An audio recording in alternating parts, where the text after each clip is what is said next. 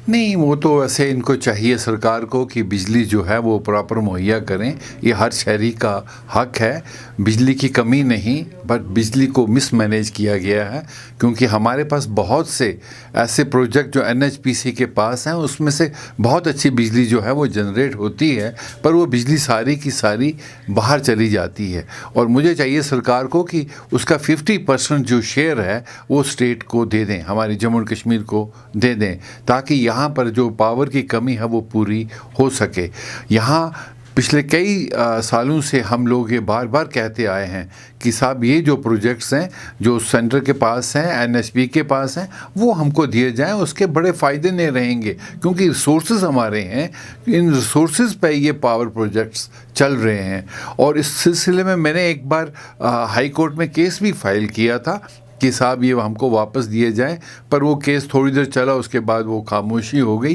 पर अगर सरकार में इस चीज़ की समझ हो कि हमें लोगों के दिल जीतने हैं, उनकी जो ख्वाहिश है, उनकी जो ज़रूरियात हैं, उसको पूरा करें, ताकि यहाँ पर पावर जो है वो बना रहे। यहाँ के मीटर्स जो लोगों ने लगाए फेस वाइज, कभी एक, यहाँ कई सरकारें बदली पिछले 8-10 सालों में, हर सरकार ने अपने अपने लेवल से मीटर्स मंगाए, कौन से सोर्सेज थे उनके, कौन से मीटर्स वो चेक किए गए, वो एक इंक्वायरी करके पब्लिक के सामने लाएं कि हमने कौन से मीटर्स लगाए।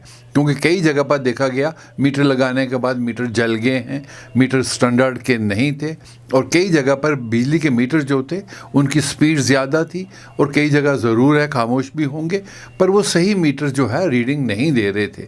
उससे पहले भी सरकार ने, मैंने देखा जवाहर नगर के एरिया में और भी बहुत से एरियाज़ में 2-2 3-3 पोल खड़े करके स्मॉल ट्रांसफार्मर लगा दिए एक एक लाइन को।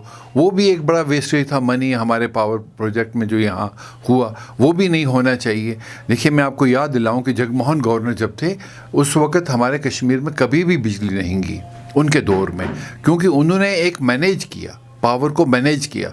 जितना पावर उन्होंने बाहर से इंपोर्ट किया या जितना पावर यहाँ अवेलेबल था वो लोकेलिटीज़ में दिया, और जब कभी प्रॉब्लम होती थी उनके पास वो डीजल जनरेटेड पावर्स थे।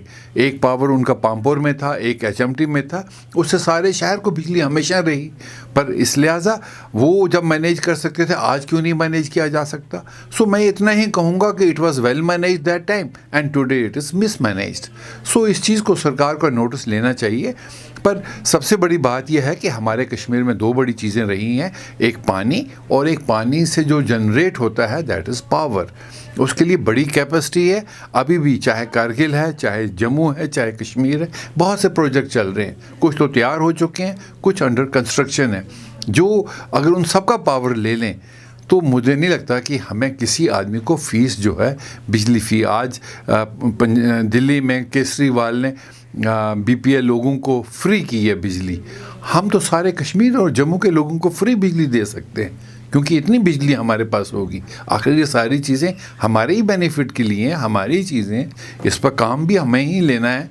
तो इस लिहाजा सरकार इन चीज़ों को सही तरीके से इन पर सोच विचार करे, ताकि यहाँ पर पावर जो है वो बना रहे।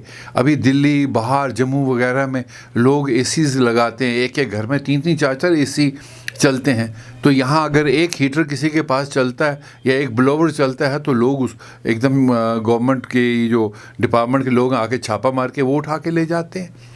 तो ऐसा नहीं होना चाहिए, ये हक है हमारा। हम चाहे एसी लगाएं या हम ब्लोवर लगाएं, आखिर विंटर में हमने कैसे ज़िंदा रहना है?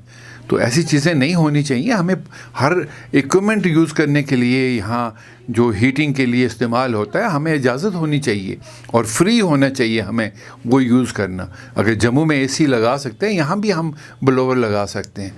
तो इन चीज़ों की ओर रोक नहीं होनी चाहिए सरकार की तरफ से, बजाय ये कि वो अपनी जिम्मेवारियाँ समझें, पावर देने की कोशिश करें और पावर को लाने की कोशिश करें।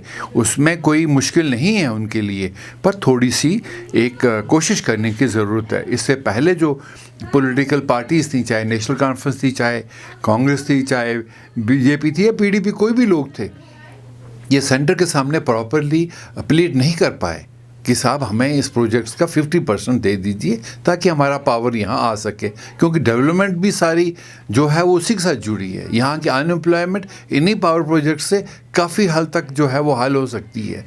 तो इस लिहाजा वो जो पावर प्रोजेक्ट्स हैं वो किस तरीके से स्टेट को अगर मिलेंगे तो हम लोग यहाँ पावर खूब ला पाएंगे, यहाँ डेवलपमेंट होगी, यहाँ कभी पावर की शॉर्टेज नहीं होगी, एक खुशहाली होगी।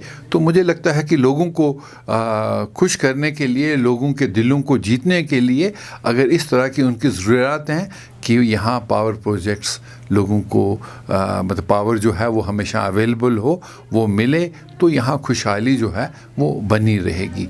यहाँ तक कि मैंने एक बार पहले भी किसी सेमिनार में कहा था कि कश्मीर में जो फेस मैनर में जितनी भी वायरिंग है, जो हमारी वायरिंग बड़े बड़े पोल लगा के बाहर लगती है, उसको अंडरग्राउंड करने की कोशिश की जाए, क्योंकि यहाँ बर्फ़ पड़ती है। जब बर्फ़ पड़ती है तार टूट जाती है और पावर चला जाता है। दूसरी बात, कई ऐसे लोग हैं सोसाइटी में जो पावर की थेफ्ट करते हैं, चोरी करते हैं, हुकिंग करते हैं। जब पावर अंडरग्राउंड होगा वो चोर भी सामने नहीं आएंगे, ना नज़र आएंगे, ना कर सकेंगे। और मैं उन लोगों से भी अपील करूँगा, वो लोग जो बिजली की चोरी करते हैं उनको ऐसा नहीं करना चाहिए। सोसाइटी के लोग मोहल्ले में, लोकेलिटीज़ में जहाँ भी हैं, ऐसे लोगों को खड़े होकर उनको बुरा भला करना चाहिए कि साहब नहीं, आप ऐसा नहीं कर सकते चोरी, आप पैसा दीजिए, बिजली लीजिए। तब जाके हमारी यहाँ बिजली की जो प्रॉब्लम है वो सॉल्व हो सकती है। और इसमें हमें बिल्कुल सरकार को सही तरीके से, सही कदम से हमारे मसले जो पावर शॉर्टेज के हैं वो हल हो सकते हैं।